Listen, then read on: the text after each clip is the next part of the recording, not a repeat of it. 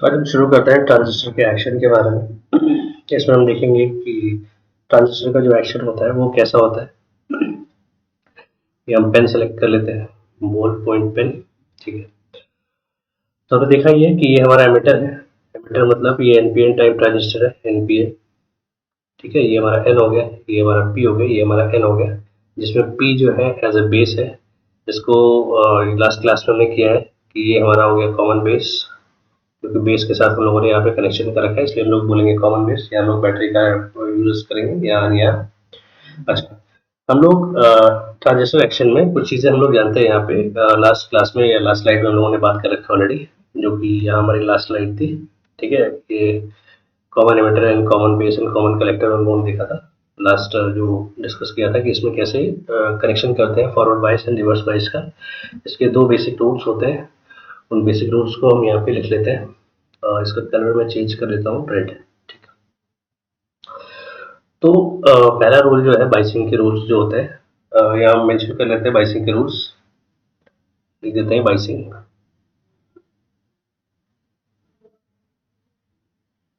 Rule number 1 क्या बोलता है, लास्ट क्लास में हम डिस्कस कर चुके हैं कि बेस एमिटर जो होगा ये फॉरवर्ड बाइस होगा। Base emitter will be forward bias, will be forward bias, forward bias। और दूसरा जो होता है ये base collector, base collector will be reverse bias, reverse bias।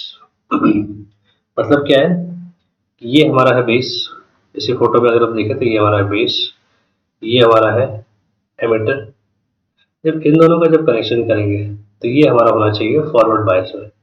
Forward bias में क्या होता है कि फॉरवर्ड बायस में जो पी होता है, पी, ठीक है, मतलब जो पी ट्रांजिस्टर होता है ये पॉजिटिव टर्मिनल के साथ जुड़ता है।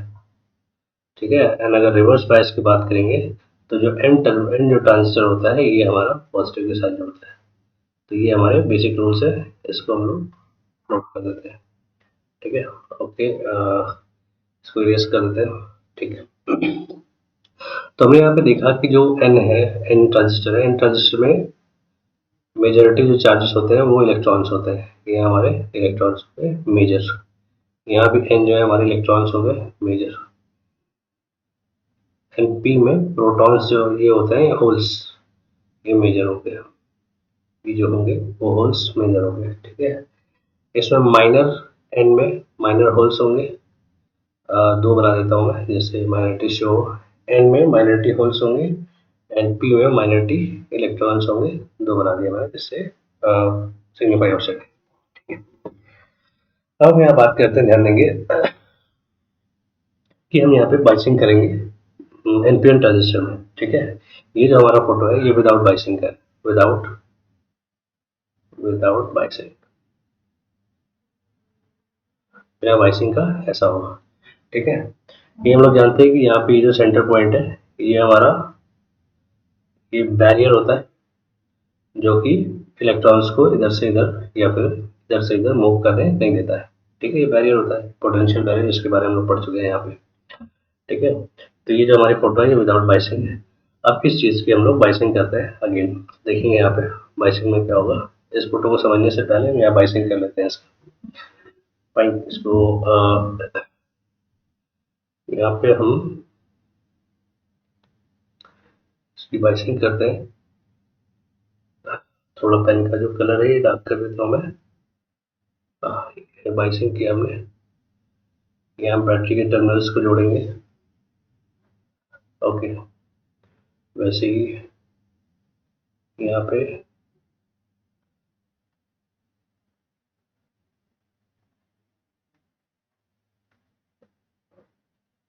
ये हमारा बैटरी के टर्मिनल्स को जोड़ेंगे। ठीक है, तो हमारा रूल होता है सबसे पहले कि एमिटर बेस जो होगा, बेस एमिटर ये फॉरवर्ड बायस होगा। मतलब बेस एमिटर कौन सा सेक्शन हो गया, ये वाला सेक्शन हो गया, ये बेस एमिटर। ठीक है, क्योंकि ये बेस है एंड ये एमिटर है। तो बेस एमिटर जो होगा हमारा ये फॉरवर्ड बाइसिंग होगा, तो इसकी हम फॉरवर्ड बाइसिंग कर लेते हैं। फॉरवर्ड बाइसिंग का मतलब क्या है कि फॉरवर्ड बाइसिंग जब होगा तो पी जो होगा वो पॉजिटिव के साथ जुड़ेगा। ये हमारा है फॉरवर्ड के लिए और ये हमारा है रिवर्स बाइसिंग के लिए, रिवर्स बाइसिंग। तो फॉरवर्ड बाइसिंग में क्या होता है, फॉरवर्ड बाइसिंग में पी जो होता है हमारा पॉजिटिव के साथ जुड़ता है, ठीक है। तो पी हमारा ये है, तो इसके साथ पॉजिटिव टर्मिनल जोड़ देंगे, तो ये हमारा हो गया पॉजिटिव टर्मिनल। पी के साथ पॉजिटिव जुड़ता है और एन के साथ नेगेटिव आता है, तो ये हमारा फॉरवर्ड बाइसिंग है, forward biasing. And for this one, इसको अगर हम लोग रिवर्स बाइसिंग करना चाहेंगे तो इस केस में क्या होगा, रिवर्स बाइसिंग। जो रिवर्स बाइसिंग में एन जो होता है ये पॉजिटिव के साथ जोड़ता है, तो ये हमारा एन है। एन के साथ जब पॉजिटिव को जोड़ेंगे तो एन में पॉजिटिव जोड़ेगा एंड पी में नेगेटिव होगा, तो ये हमारा है reverse biasing, reverse biasing. Okay fine, biasing हो गई तो इसको हम लोग यहाँ से हटा देते हैं, ठीक। अब देखिए यहाँ पे कि जब हम लोगों ने यहाँ पे फॉरवर्ड बाइसिंग किया, तो फॉरवर्ड बाइसिंग में हम लोग रूल जानते हैं कि फॉरवर्ड बाइसिंग जब भी कभी होती है तो उस केस में जो कह सकते हैं कि जो एमिटर होता है या जो भी हमारा जो कनेक्शन होता है एनपीएन ट्रांजिस्टर या पीएन जंक्शन जो होता है हमारा, इसमें फॉरवर्ड बाइसिंग में डिप्लीशन लेयर जो होती है वो फिनिश होती चली जाती है। मतलब ये अगर हमारी डिप्लीशन लेयर है, ये हमारा पी है, ये हमारा एन है, ये हमारा डिप्लीशन लेयर है ये। तो अगर हम लोग यहाँ पे फॉरवर्ड बाइसिंग करेंगे तो फॉरवर्ड बाइसिंग का मतलब क्या है कि पी का जो टर्मिनल होता है इसके साथ हम लोग पॉजिटिव जोड़ेंगे, पॉजिटिव का जोड़ दिया, नेगेटिव जोड़ दिया, तो क्या होगा, पी में क्या होता है, मेजॉरिटी होल्स होते हैं। तो ये होल्स इसको पुश करता है, पुश करने के साथ क्या होता है कि यहाँ पे ये कंडक्टर बन जाता है। फॉरवर्ड बाइसिंग यहाँ लिख देता हूँ मैं साइड में कि इसको रब कर देता हूँ मैं। फॉरवर्ड बाइसिंग में कंडक्टर की तरह बिहेव होता है, फॉरवर्ड में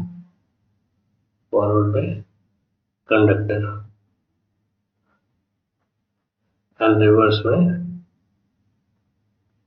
इंसुलेटर, इंसुलेटर, राइट। तो यहाँ हम देखेंगे कि यहाँ पे क्या हो रहा है, यहाँ फॉरवर्ड बाइसिंग हो रही है, देखा हमने यहाँ पे। तो फॉरवर्ड बाइसिंग हो रही है तो क्या हो रहा है कि यहाँ पे लेट सपोज कि ये हमारा डिप्लेशन लेयर थी, ये हमारा पेन है, ये डिप्लेशन लेयर थी, रेड कलर का जो पेन चल रहा है, ठीक है। तो जब फॉरवर्ड बाइसिंग की तो डिप्लेशन लेयर यहाँ पे खत्म हो गई, डिप्लेशन लेयर खत्म हो गई, मतलब ये हमारी डिप्लेशन लेयर यहाँ से फाइनल फिनिश हो गई, ये डिप्लेशन लेयर हमारी खत्म हो गई। इसको व्हाइट कलर से मैं हटा देता हूँ। डिप्लेशन लेयर लेट सपोज ये हमारी खत्म हो गई है, डिप्लेशन लेयर खत्म हो गई, ठीक है। तो ये हमारा क्या हो गया, कंडक्टर बन गया, प्योर कंडक्टर, ठीक है। और दूसरे साइड में अगर हम लोग देखा जाए, दूसरे साइड में अगर रिवर्स बाइसिंग अगर करेंगे तो रिवर्स बाइसिंग में क्या होता है, रिवर्स बाइसिंग में ये रिवर्स बाइसिंग में लिखा हुआ है कि इंसुलेटर बन जाता है। तो यहाँ क्या हो रहा है, रिवर्स बाइसिंग बाइसिंग हो रहा है, दिस साइड रिवर्स बाइसिंग हो रहा है, तो इसलिए क्या होगा यहाँ पे, और इसकी इंसुलेटिंग पावर जो होगी बढ़ जाएगी, मतलब ये इसका एरिया बढ़ जाएगा, ठीक है। ओके, तो यहाँ पे कंडक्टिविटी बढ़ेगी, इसका मतलब क्या होगा कि हमारा जो करंट होगी वो कुछ ऐसे जाएगी, ऐसा ये, और इधर से यहाँ से सर्किट उसका कंप्लीट हो जाएगा। मतलब यहाँ पे हम लोग का करंट फ्लो कर रही है किस जंक्शन में, ये दिस पार्ट में, ये इस पार्ट में हमारा जो है करंट पूरी पूरी फॉरवर्ड फॉरवर्ड बाइसिंग में करंट फ्लो हो रही है, ठीक है। और अगर बात करें रिवर्स बाइसिंग में, तो रिवर्स बाइसिंग में क्या होगा, यहाँ पे बैड कंडक्टर की तरह बिहेव करता है या इंसुलेटर की तरह बिहेव करता है।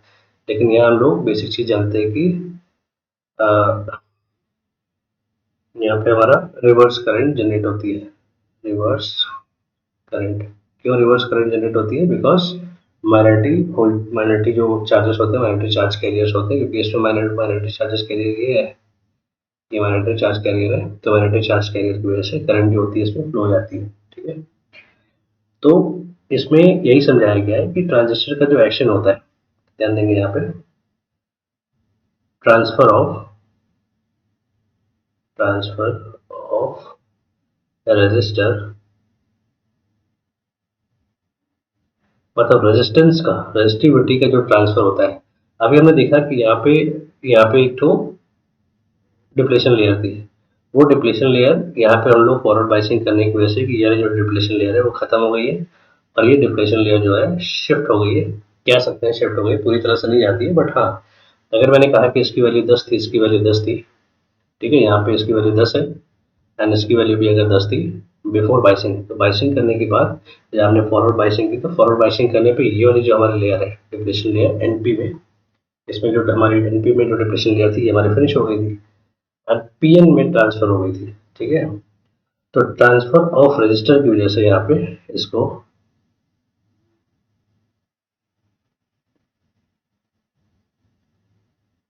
ये, इसलिए इसको हम लोग ट्रांजिस्टर बोलते हैं, ट्रांजिस्टर, ठीक है। रेजिस्टेंस का जो ट्रांसफर हो जाता है इसकी वजह से ट्रांजिस्टर बोलते हैं इसको, इसलिए बोलते हैं क्योंकि हमने देखा कि एनपीएन ट्रांजिस्टर था, लेकिन एक जगह हम लोगों ने फॉरवर्ड बाइसिंग की, एक जगह हम लोगों ने रिवर्स बाइसिंग की। फॉरवर्ड रिवर्स करने की वजह से जो रेजिस्टिविटी का जो है वो ट्रांसफर हो गया, एक सर्किट में हमारी करंट फ्लो हो रही, दूसरे सर्किट में करंट फ्लो नहीं हो रही, यहाँ पे छोटी सी करंट आ रही क्योंकि जिसको हम लोग बोलते हैं रिवर्स करंट, इसकी वैल्यू बहुत थोड़ी सी होती है, लाइट अमाउंट में होती है। लाइट क्यों होती है? क्योंकि ये माइनॉरिटी चार्जेस की वजह से होते हैं, ठीक है, माइनॉरिटी चार्ज करने की वजह से होते हैं, ठीक है। तो लास्ट क्लास में लोगों ने ऑलरेडी देखा है common emitter, common base and common collector के बारे में, ठीक है। आगे हम लोग इसके कैरेक्टरिस्टिक्स के बारे में पढ़ते हैं कि ट्रांजिस्टर के जो कैरेक्टरिस्टिक्स होते हैं common base, common emitter and common collector में क्या क्या होता है, इसके बारे में लोग डिस्कस करते हैं, ठीक है। ये हमारा नेक्स्ट स्लाइड है, ओके। तो इसमें हम देखेंगे, अगर आपको कहे कि देख के बताना है कि किस टाइप का ट्रांजिस्टर है, ठीक है, तो सबसे पहले हम देखेंगे कि यहाँ कैरेक्टरिस्टिक्स लिख देते हैं, कैरेक्टरिस्टिक्स, कैरेक्टर TERISTICS, कैरेक्टरिस्टिक्स, ठीक है। तो कैरेक्टरिस्टिक्स में हम लोग देखेंगे, तो ये हम लोग अगर ध्यान दें तो ये क्या है, ई, इसलिए इसको बोलेंगे कॉमन एमिटर, ये हमारा है कॉमन, COMMON, कॉमन एमिटर। किस टाइप का ट्रांजिस्टर है, तो हमने देखा यहाँ पे कि करंट जो है वो बाहर की तरफ जा रही है, तो बाहर की तरफ करंट जा रही है, तो इसलिए इसको हम लोग बोलेंगे एनपीएन ट्रांजिस्टर। ये हम लोग ऑलरेडी कर चुके हैं कि जब करंट जो होती है वो अंदर की तरफ जाती है, ये लेट सपोज हमारा ये बेस है, बेस में ये हमारा एमिटर है, ये हमारा बेस है, अगर करंट बाहर की तरफ जा रही होती है तो इसको हम लोग बोलते हैं पीएनपी। और वही करंट अगर अंदर की तरफ जा रही है, जैसे ये बना हुआ है, ये अगर करंट अंदर की तरफ जा रही है तो इसको बोलेंगे एनपीएन। तो यहाँ करंट, और ये उल्टा बता दिया, करंट जब बाहर की तरफ जा रही होगी तो इसको बोलेंगे एनपीएन और इसको बोलेंगे हम लोग पीएनपी, ये पी। तो यहाँ करंट जो है हमारी बाहर की तरफ जा रही है, इसलिए जो हमारा ट्रांजिस्टर है वो एनपीएन टाइप ट्रांजिस्टर, ठीक है। ओके, अब हम लोग क्या करेंगे कि ध्यान देंगे यहाँ पे, ये हमारा बेस है, ठीक है, बेस से एक रेजिस्टेंस जुड़ा हुआ है, इस रेजिस्टेंस से ये हमारा पॉजिटिव टर्मिनल है, ये हमारा नेगेटिव टर्मिनल है। अब पेन का कलर में चेंज कर लेता हूँ, पेन का कलर रेड कर लेते हैं और ठीक, बहुत पॉइंट। तो ये हमने देखा कि यहाँ पे हमारा पॉजिटिव जुड़ा हुआ है किसके साथ, ध्यान देंगे यहाँ पे, ये कैसा ट्रांजिस्टर है, एन पी एन, मतलब ये हमारा है एन, ये हमारा पी एंड ये हमारा है एन, ठीक है। तो एन के साथ हमारा पॉजिटिव टर्मिनल जुड़ा हुआ है, तो इसको हम लोग क्या बोलेंगे, रिवर्स करंट, रिवर्स करंट, ठीक है। और वही अगर हमारा एन के साथ अगर पॉजिटिव अगर होता, ठीक है, तो इसको बोलते हैं फॉरवर्ड करंट, ओके। तो यहाँ पे हम लोग डिस्कस करते देखते हैं, देखते हैं इसको, यहाँ पे इसको हम जब कर देते हैं थोड़ा डीप अंडरस्टैंडिंग के लिए, ध्यान देंगे यहाँ पे, अगर हम लोग पी को पॉजिटिव के साथ जोड़ेंगे, लेट सपोज कि ये हमारा है पॉजिटिव टर्मिनल, पॉजिटिव एंड ये हमारा नेगेटिव टर्मिनल है, तो पी को अगर हम लोग पॉजिटिव टर्मिनल के साथ जोड़ेंगे, क्योंकि ये एनपीएन ट्रांजिस्टर, ये एन है, ये एन है, ये पी है एंड ये आगे एन ट्रांजिस्टर है, ठीक है, ये एन है, एन पी है। तो इसमें अगर हम पी को पॉजिटिव के साथ जोड़ते हैं तो इसको हम लोग बोलते हैं फॉरवर्ड बायस, फॉरवर्ड बायस, ठीक है। ये हमारा इनपुट है, इनपुट, इनपुट मतलब यहाँ पे हम लोग कुछ इनपुट डालेंगे। जैसे कि अगर हम बात करें कि ये हमारा माइक होता है, माइक पे हम लोग यहाँ पे हम लोग इनपुट बोलेंगे, और ये हमारा हो गया आउटपुट।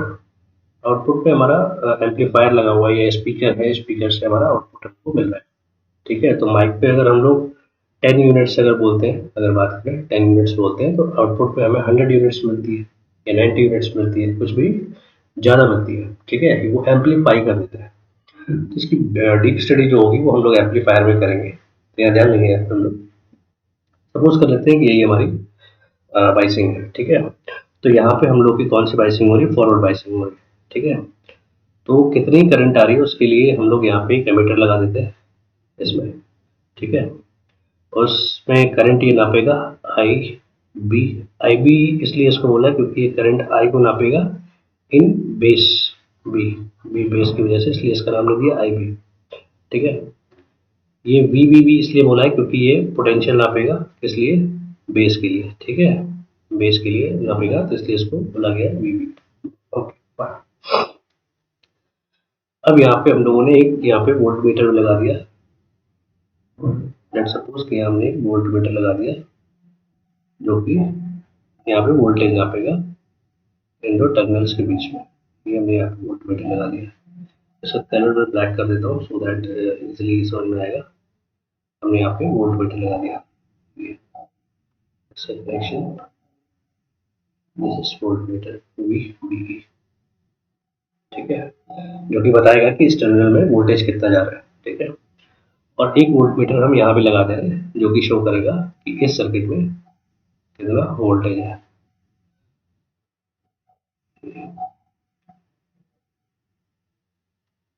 यहाँ पे भी हमने एक वोल्ट मीटर लगा दिया, ठीक है, जो कि इस सर्किट में शो करेगा वोल्टेज कितना है, ठीक।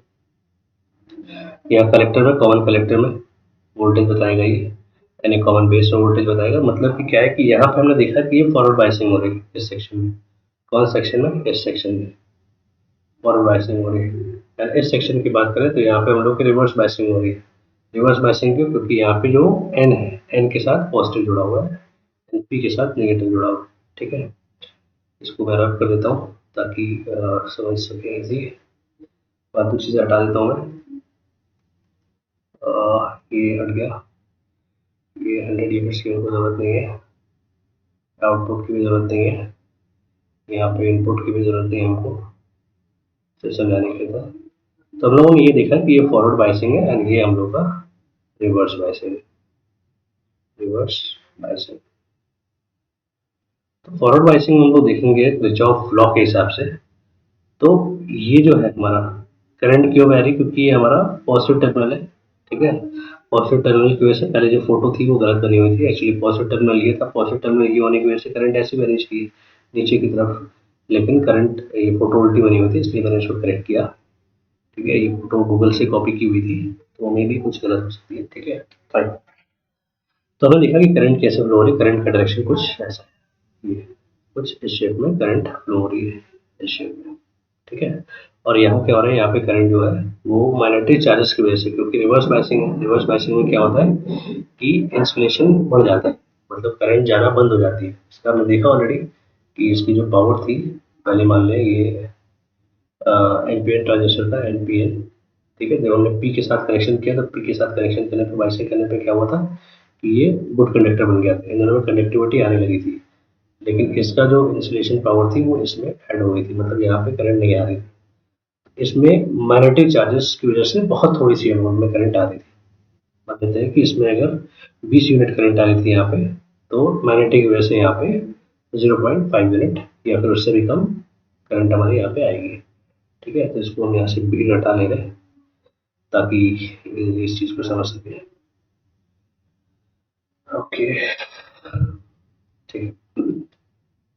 अब हम देखेंगे यहाँ पे करंट बह रही है आई बी,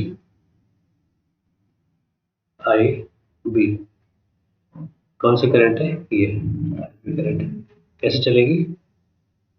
यहाँ पे हाइलाइटर पे ले लेता हूँ, हाइलाइटर।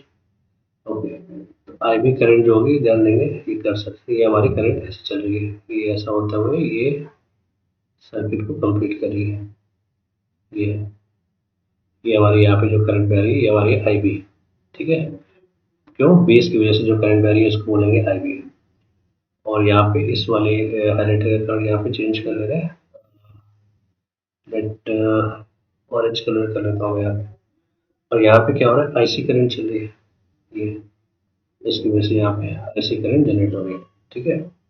ओके, तो पेन सेलेक्ट कर लेते हैं यहाँ पे। तो आई बी कैसा है? मेजर है, मेजॉरिटी की वजह से, मेजॉरिटी जो चार्ज किया जाए की वजह से आई बी जनरेट हो रही है। और आईसी यहाँ पे भी करंट हो रही है, बहुत थोड़ी सी करंट हो रही है, इसलिए हम लोग बोलते हैं माइनॉरिटी की वजह से करंट जनरेट हो रही है, माइनॉरिटी, ठीक है। इन दोनों का जो करंट नेट सम आ रहा है वो यहाँ पे हम लोग को आई ई में मिल रहा है, ठीक है। मतलब ये करंट है दिस वन, ये एंड ये करंट है दिस वन, ये, ठीक है। मतलब आई बी प्लस आई सी मिल के हम लोग को ये मिल रहा है आई ई। आई ई मतलब एमीटर में हम लोग को करंट मिल रही है। ये क्या है? बेस में और कलेक्टर में, इन दोनों का जो सम है हम लोग को एमीटर में मिल रहा है, क्योंकि ये कॉमन एमीटर है, ठीक है। ये हमारी अर्थिंग की हुई है। अर्थिंग मतलब ये वो वाली अर्थिंग नहीं कि जमीन से जोड़ दिया है। अर्थिंग मतलब कॉमन किसी तरह का कह सकते हैं कि शॉर्ट सर्किट जो भी है इसको दूर करने के लिए हम लोग एक साइड में हमेशा बैकअप लेके चलते हैं, तो उसको बोला अर्थिंग। यहाँ पे कोई ये स्पेशल चीज़ नहीं है। और यहाँ पे इसका पोटेंशियल जो होता है वो बड़ा होगा, हम देख चुके हैं यहाँ पे कि जो भी कलेक्टर होगा इसका पोटेंशियल जो होता है वो बड़ा होता है, ठीक है। तो क्रिचॉफ के हिसाब से ही हुआ है, क्रिचॉफ क्रिचॉफ के रूल्स के हिसाब से। आई थिंक स्पेलिंग कुछ गलत है, वो ठीक कर लेंगे उसको, ठीक है। तो अब इसके कैरेक्टरिस्टिक्स के बारे में बात कर लेते हैं। यहाँ पे इसको हम रब कर देते हैं, जो बाकी चीज़ें हैं।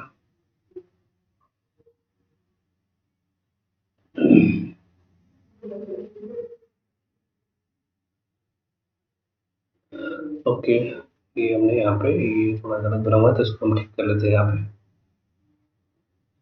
ये हमारा है पॉजिटिव और ये हमारा है नेगेटिव, ठीक है। हम करेंगे क्या, यहाँ पे हम लोग एक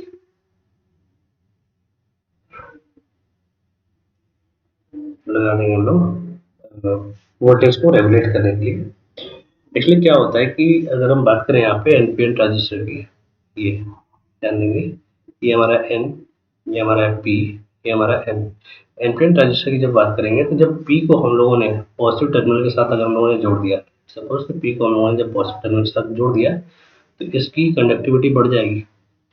और यहाँ पे एन को जब हम लोगों ने पॉजिटिव के साथ जोड़ दिया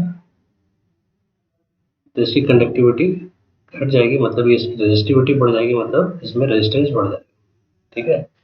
होगा क्या कि जब ये इलेक्ट्रॉन्स यहाँ पर जब इलेक्ट्रॉन्स इसमें से ट्रांसफर हो रहा है, क्योंकि पॉजिटिव चार्ज कैसा है, पॉजिटिव चार्ज किस तरफ है, मतलब करंट ऐसे वैरी होगी, ये दिस साइड अगर करंट ऐसे ऐसे चल रही है, ये ऐसा करंट चल रही है तो क्या होंगे, इलेक्ट्रॉन्स हमेशा उसके अपोजिट डायरेक्शन में आते हैं।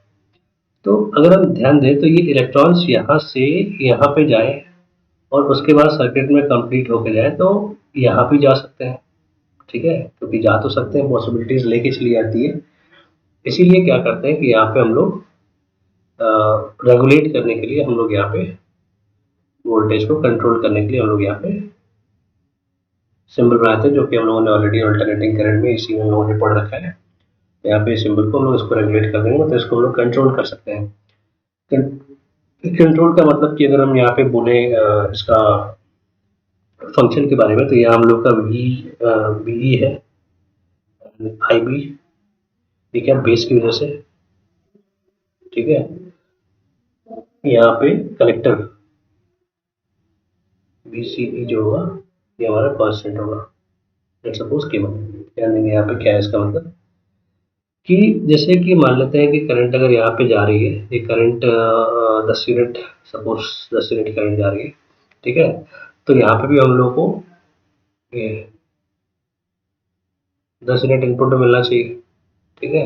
इसके लिए ऑलरेडी हम लोगों ने यहाँ पे रेगुलेट करने के लिए हम लोगों ने एमिटर लगा रखा था। ठीक है, तो यहाँ हो क्या रहा है कि कोई ज़रूरी तो है नहीं, हो सकता है कि 10 यूनिट से यहाँ से भेजा और कुछ इलेक्ट्रॉन्स यहाँ पे चले गए, हो सकता है कि कंडक्टिविटी है और हो सकता है कुछ इलेक्ट्रॉन्स यहाँ पे पुश करें, जैसे कि हम लोग यहाँ पे ऑलरेडी बात कर चुके हैं। ठीक है, तो उसको कंट्रोल करने के लिए क्या करते हैं कि यहाँ पे वोल्टेज रेगुलेटर लगा देते हैं, जो कि वोल्टेज को रेगुलेट करें। कहने का मतलब ये है कि जैसे यहाँ पे करंट वोल्टेज मान लेते हैं 0 आ रही, तो करंट में हमारे 0 मिल रही थी। वोल्टेज हम लोगों ने चेंज किया 0.2, तो हम लोग करंट में मिली 0। वोल्टेज हमने चेंज किया 0.4, करंट में हमको मिली है 0। वोल्टेज को हमने किया 0.6, तो करंट हमको मिली 1। वोल्टेज हमने किया 0.8, तो करंट मिली हमको 2।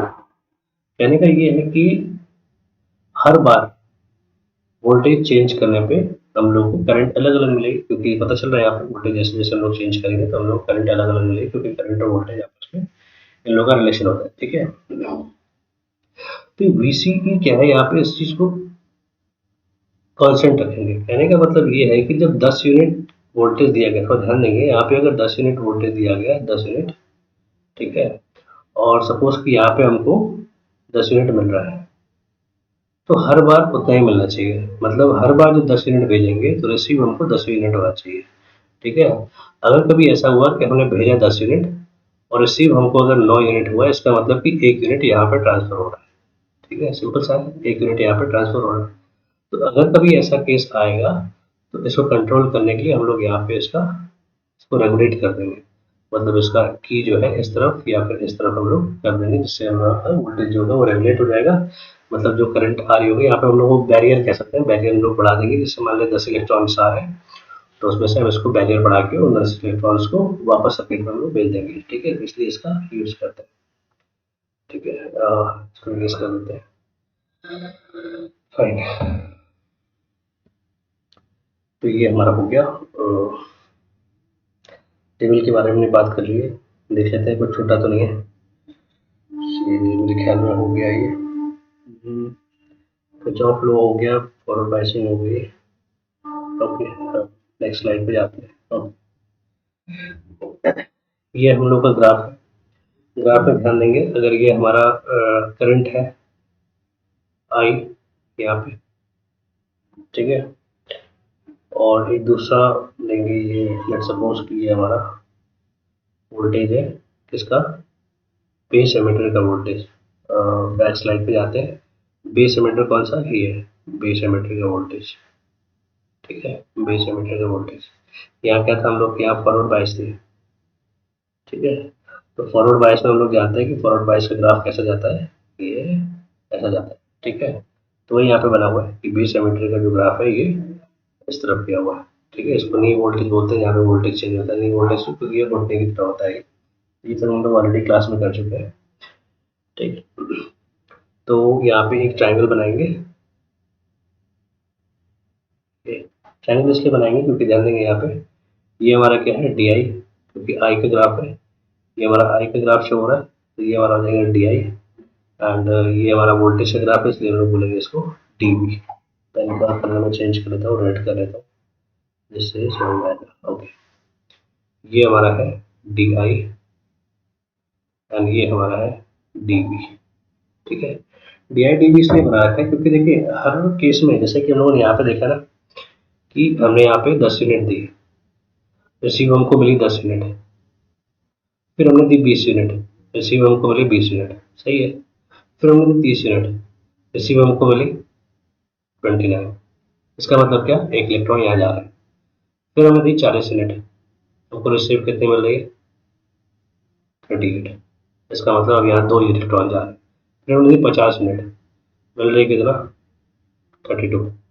मतलब यहाँ पे बहुत कम इलेक्ट्रॉन्स मिल रहे हैं, सारे के सारे इलेक्ट्रॉन्स वहाँ जा रहे हैं, क्योंकि कंडक्टिविटी बढ़ जा रही है। ठीक है, तो उसी के लिए हम लोगों ने यहाँ पे रेगुलेटर लगाने पड़ते हैं। ठीक है, लास्ट फोटो में तो वही इस ग्राफ में शो कर रहा है। ध्यान देंगे कि हर एक जगह डी आई और डी वी का जो रेशियो है, ठीक है, आई अपॉन जो वी होता है, ये आप बोल सकते हैं D V upon D I. अगर हम लोग करें V upon I is equal to R होता है। ठीक है, ओके, तो हर जगह पे ना dv ओवर di की वैल्यू चेंज है, ध्यान देंगे यहाँ पे। जैसे इस जगह की अगर हम बात करें, यहाँ पे इसकी और इसकी, इसका ट्रायंगल कितना बना है, छोटा सा ये, यहाँ पे ये क्या है i, ये क्या है v। अगर इस जगह की बात करें, ठीक है, इस पॉइंट से इस पॉइंट के बीच में, तो लगभग ना के बराबर है, ठीक है। अगर यहाँ की बात करें, ये हमारी क्या है i, एंड इस पॉइंट की बात करें तो ये हमारी क्या है v। तो यहाँ पे ग्राफ कैसा जा रहा है, यहाँ ग्राफ चेंज हो रहा है, क्योंकि i का ग्राफ कितना बड़ा है, ये हमारा i का है और ये हमारा v का है। तो मतलब कहने का ये है कि हर एक पॉइंट पे इसकी जो वैल्यू हो रही है वो घट रही है, ठीक है, घट रही है, बढ़ रही है, कैसा भी हो सकता है। तो यहाँ ऑलरेडी ग्राफ में हम लोगों ने देख रखा है, यहाँ पे लास्ट क्लास में हम लोगों ने डिस्कस भी कर रखा है कि जब भी कभी करंट फ्लो होगी सर्किट में, तो या इसमें कैसे समझाएं तो इससे अच्छे समझ में आएगा। काम करते हैं यहाँ पे, पहले एक काम करते हैं, ये जो रेजिस्टेंस जो बार बार चेंज हो रहा है ना, ये रेजिस्टेंस यहाँ पे देखा हमने कि यहाँ पे वैल्यू रखने पे रेजिस्टेंस कुछ अलग आया, यहाँ पे रखने पे वैल्यू हमारी अलग है, यहाँ पे मतलब ट्राइंगल भी हम लोग का देख रहे हैं, यहाँ पे फोटो अलग अलग बन रही है, ठीक है। तो ये रेजिस्टेंस हर बार चेंज हो रहा है, ठीक है, हर एक पॉइंट पे हर एक बार रेजिस्टेंस चेंज हो रहा है। ध्यान देंगे, 10 देने पे हमको 10 मिल रही है, इसका मतलब क्या है कि ठीक है, अगली बार भी हमको 10 देने पे 10 ही मिलना चाहिए, तब ठीक है, ठीक है। अगर शुरू में हमने 10 दिया इनपुट में और आउटपुट में भी हमको 10 मिली, और सेकंड केस में अगर हमने 10 दिया तो उस केस में भी अगर 10 में 10 मिल रही है तब तो ओके, सही है, ठीक है। लेकिन पहली बार में अगर हमने 10 दिया और इनपुट में हमने 10 दिया और आउटपुट में हमें 10 मिल रही है, और दूसरे केस में इनपुट में हमने 10 दिया और आउटपुट में अगर हम लोग को 9 मिल रही है, इसका मतलब है कि एक हम लोग का लॉस हो रहा है, ठीक है। तो ये R की वैल्यू लगातार चेंज हो रही है, इसलिए इस R को बोलते हैं डायनेमिक रेजिस्टेंस, डायनेमिक रेजिस्टेंस,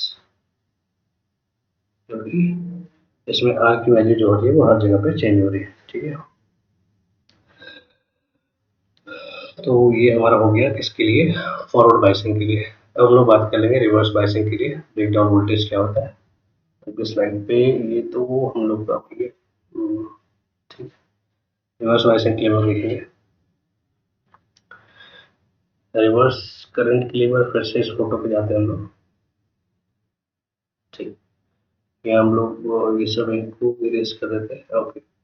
अब ये तो हम लोग हो गया हम लोग का फॉरवर्ड।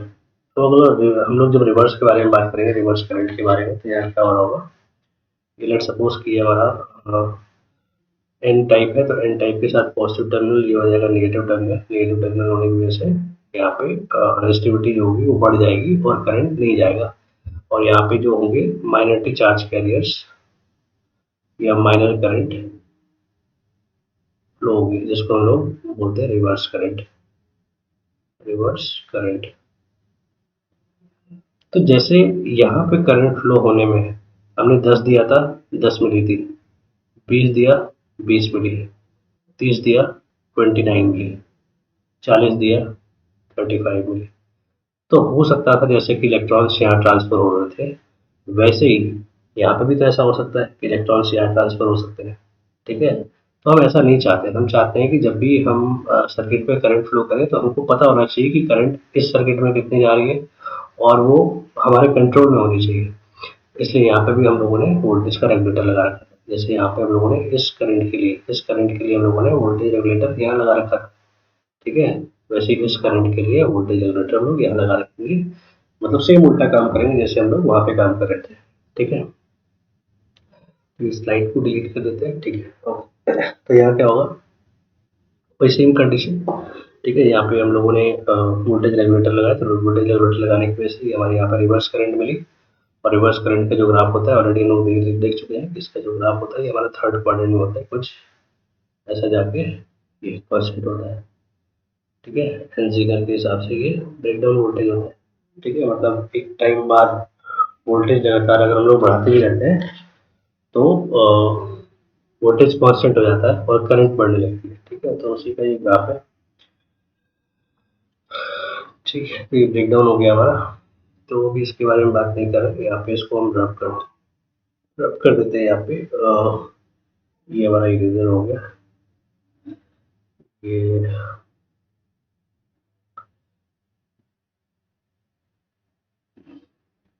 इसको हम यहाँ रब कर दे रहे हैं, ठीक है, ये हमने यहाँ पे इसको रब कर दिया और ये हमने यहाँ पे रब कर दिया इसको। ओके, पेन का कलर हम चेंज कर लेते हैं। ठीक है, तो हमने देखा यहाँ पे कि ऑलरेडी हम देख चुके हैं कि इसका जो ग्राफ होता है कुछ ऐसा जाता है, उसके बाद कॉन्स्टेंट। ठीक है, मतलब एक पर्टिकुलर VCE पर वोल्टेज, CE मतलब एमिटर कलेक्टर का वोल्टेज जो है, ठीक है, इसके ग्राफ को समझाने के लिए हम एक इस पे चलते हैं, ज़्यादा अच्छा है। ठीक है, तो यहाँ पे अगर हम बात करें, ये हमारा रिवर्स करंट है। तो लेट सपोज कि ये हमारा VCE है, कॉमन एमिटर VCE। ठीक है, अ, ये CE मतलब कलेक्टर और एमिटर की जो वोल्टेज, ये कलेक्टर है यानी एमिटर की वोल्टेज है। ठीक है, रिवर्स करंट के बारे में बात करें तो कलेक्टर एमिटर यहाँ पे, तो VCE के बारे में बात करें कि VCE में क्या चेंजेस है। तो वापस उस स्लाइड पे जाते हैं, तो ये हमारा हो गया VCE। ओके, ये हमारी हो गई थर्ड क्वाड्रेंट में शो करते हैं इस चीज़ को। ये हमारी हो गई करंट आई की ग्राफ, और ये हम लोग का हो गया करंट C में कैसी करंट जाएगी उसके बारे में बात करके। तो ध्यान देंगे, जब जब हम लोग यहाँ पे IB देंगे, ठीक है, तो ये वैल्यू K रहेगी। ठीक है, मतलब क्या है कि समझाने के लिए अगर हम देखें इस ग्राफ पे जाते हैं, तो जैसे जैसे हम चाहते हैं ना कि ये जो करंट फ्लो हो रही है, रिवर्स करंट जो फ्लो हो रही है, वो भी कांस्टेंट है। हमको पता होना चाहिए कि इसकी वैल्यू कितनी है, तो उसके लिए हम लोग यहाँ पे हम लोग रेगुलेटर लगा देंगे, रेगुलेट कर सकते हैं ताकि वोल्टेज को उसको हम लोग कंट्रोल करेंगे। तो जैसे जैसे हम लोग करंट देंगे वैसे वैसे उसकी वैल्यू कांस्टेंट होनी चाहिए। मतलब शुरुआत में अगर हमने रिवर्स करंट में अगर हमने 1 यूनिट दी, वापसी में हमको 1 यूनिट मिली।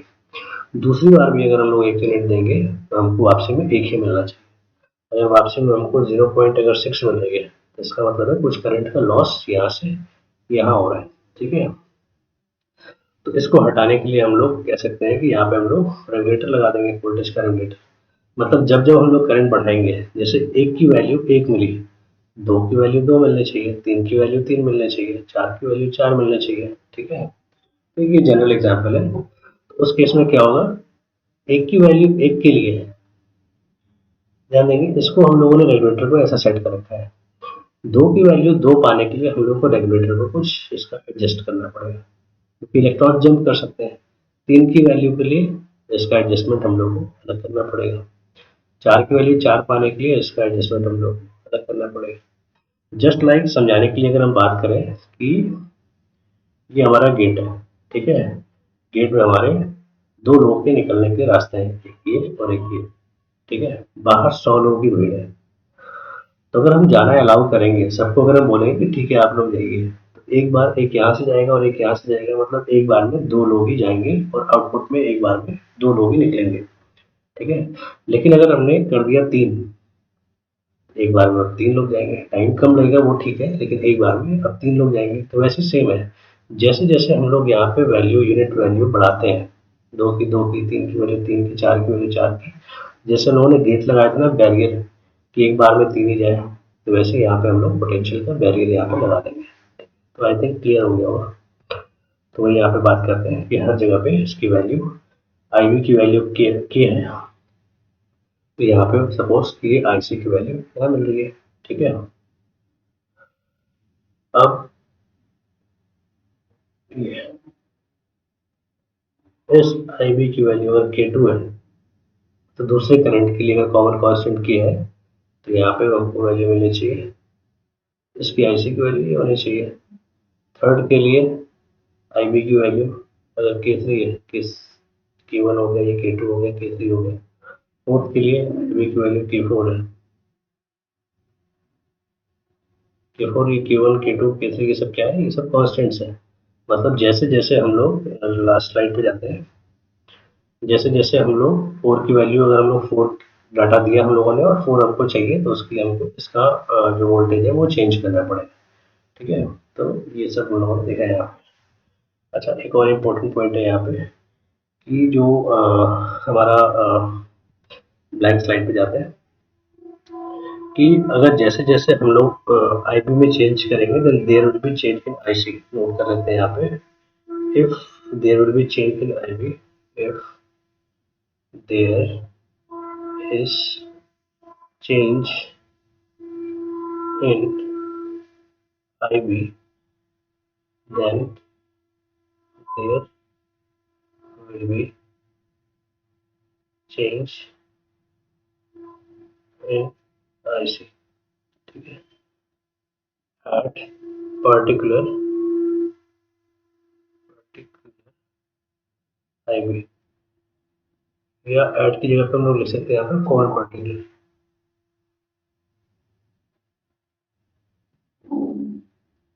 ठीक है, और रिवर्स करेंटली जो इसकी वैल्यू होती है वो 100K के आसपास होती है। 100K मतलब किलो के टर्म में, और जो फॉरवर्ड करंट होती है इसकी जो वैल्यू होती है वो हंड्रेड्स होती है या फ्यू थाउजेंड होती है। किसी केस में रिवर्स बाइसिंग के केस में, और यहाँ फ्यू हंड्रेड होती है और फॉरवर्ड के केस में। इसीलिए हम लोग माइक में अगर हम लोग बोलते हैं तो हम लोग बोलते हैं 10 यूनिट और हमको मिलती है 100 यूनिट। इसकी डिटेल्स हम लोग जब हम लोग एम्पलीफायर करेंगे तो उसमें हम लोग देखेंगे डिटेल्स में कि क्या होता है कैसे होता है। ठीक है, तो आई थिंक आज के लिए सफिशिएंट है इतना, तो बस यही ठीक है। और